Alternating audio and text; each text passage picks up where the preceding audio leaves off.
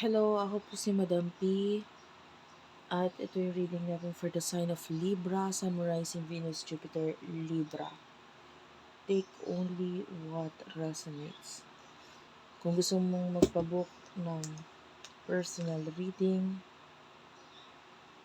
dito na lang po sa aming Facebook page. Ayan. Pag di mo ma-search, hashtag Madam PTV. Meron na kaming mga 100 mahigit na followers na 100 plus thousand. So, TikTok namin, Unipre. Ayan din yung aming TikTok shop. Ayan. So, i-search mo na lang to. But anyway, meron ako mga poster. So, huwag ka magtaka kung hindi lang ako yung Unipre na makita mo doon. Make sure itong username nakalagay Unicorn Princess Tarot. Tapos wala nang mga number sa dulo. Unicorn Princess Tarot. Kasi usually yung aking mga poster, may number pa dito pagkatapos ng Unicorn Princess Tarot. May number pa sa dulo. Okay? And meron na rin ako mga mahigit 150,000 followers noon.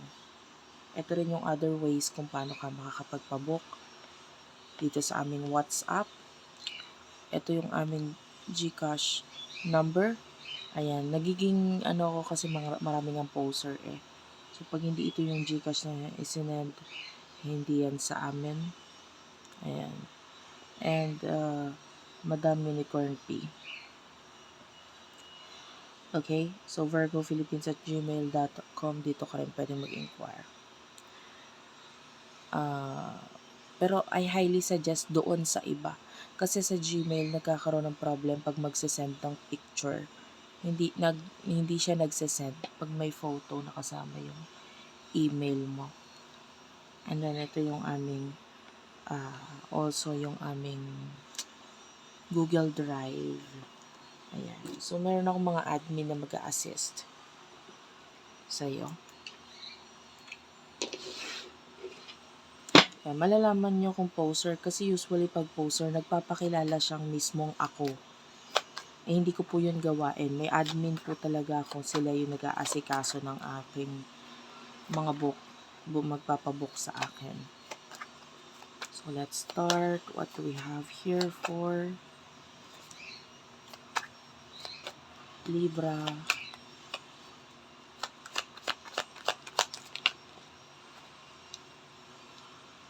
Five of Swords. Okay. Eight of Cups. Iba sa inyo masyadong nag-aalala regarding the future. Or yung iba, it could be not the future, pwedeng yung mga susunod na araw para sa'yo, may pag-aalala, may pag-aalangan. The Wheel of Fortune is here. Maybe may mga kailangan kang baguhin, naisipan mo dapat baguhin, ayusin. Alam mo, malakas ang intuition mo, you know what will work out for you. And you don't need to worry kasi guided ka naman ng spirit guides mo eh. Kumbaga, hindi ka pababayaan. Hindi ka pababayaan. And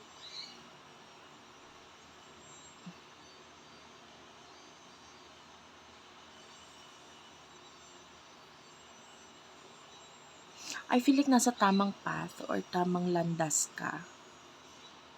It's just that you have to have faith.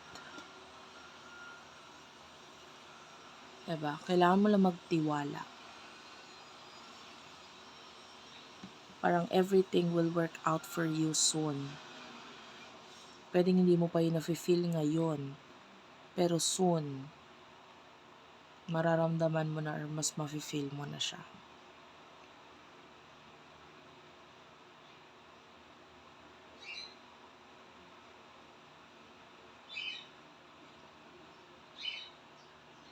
Person nakakonect mo, spirit guides, angel guides,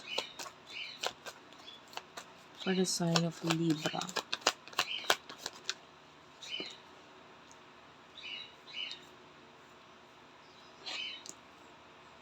The sign is here. The High Priestess. So, pwede may spiritual connection sa inyo. This could be a soulmate energy. Pwede nagpapakita ng happiness ngayon ito person na to. Nine of Cups. At peace. Queen of Cups. I feel a lot of love mula dito sa taong to. Tell me more. Anong emotions ninyo sa isa't isa?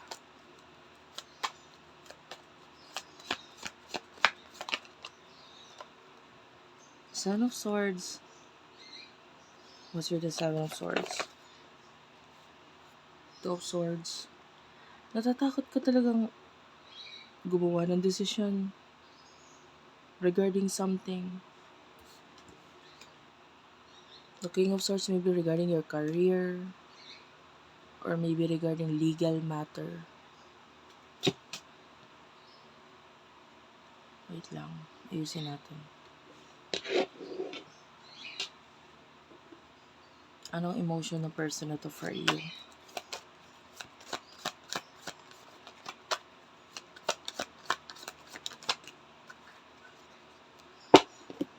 Knight of Pentacles is here, followed by the Judgment.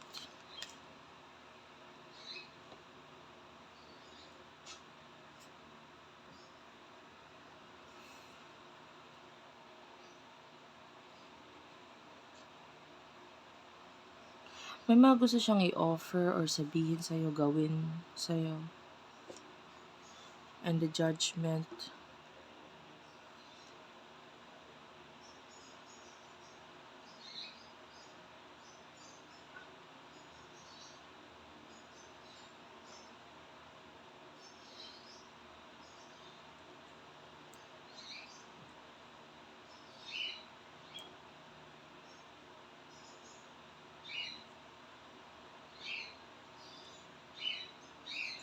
Yung iba, kung hindi may gustong ibigay, may gustong ibalik.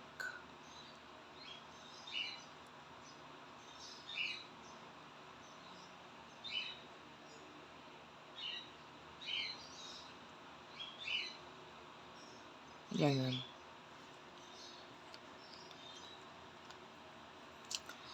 Nakakaramdam tayo na person na to is being manipulated with the Ten of Cups and the Devil. Parang wala siyang magawa eh. Wala siyang choice but to follow rules and regulations. Wala siyang choice kundi sumunod sa kung ano ang sasabihin sa kanya ng particular person na to or maybe family. Ganun.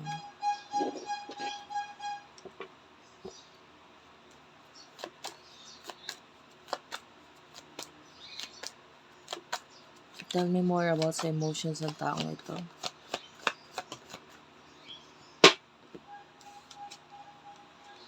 Page of Swords is here. Nakakita tayo ng immaturity dito sa person na to. The Justice card.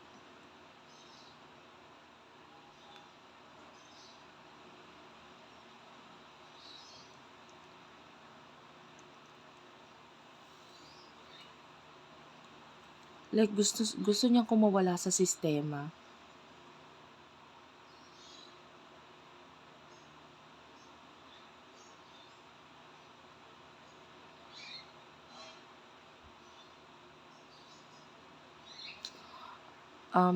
May mga itinatago itong person na to.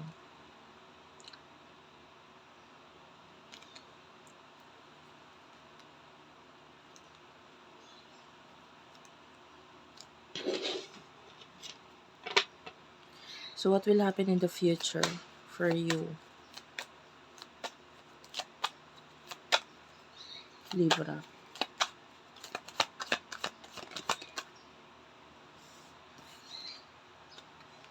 Queen of Pentacles, you go over the Devil. Clarify the Devil, please. Three of Swords.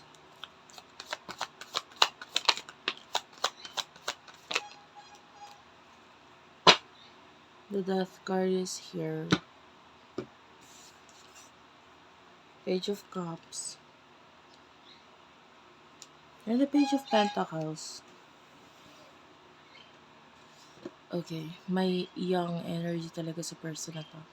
Maybe this person is younger than you. Kung hindi man, maybe there's children or child na involved sa inyo. Matigas ang ulo niya eh. So,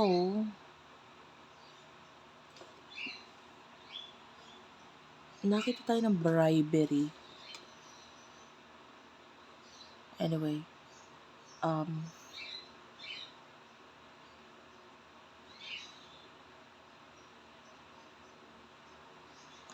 yung iba pwedeng lumabas ito as tagong connection in the future. Pwedeng there's a relationship na patago. And kung ano man yung mga hinanap ninyo nung kabataan ninyo, parang hindi nyo na-experience. This is the time na you will try to experience all of that. Itatry nyo yung best ninyo na i-heal yung inner child ninyo.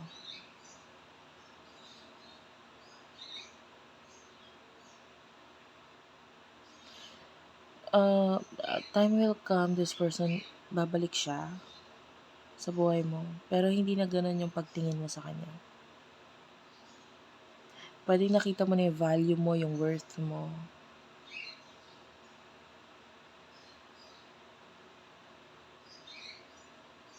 And nagiging maingat ka na. So yeah, that's it for now. Thank you for watching, guys. I love you all. Please do like and subscribe. Thank you for watching and bye-bye.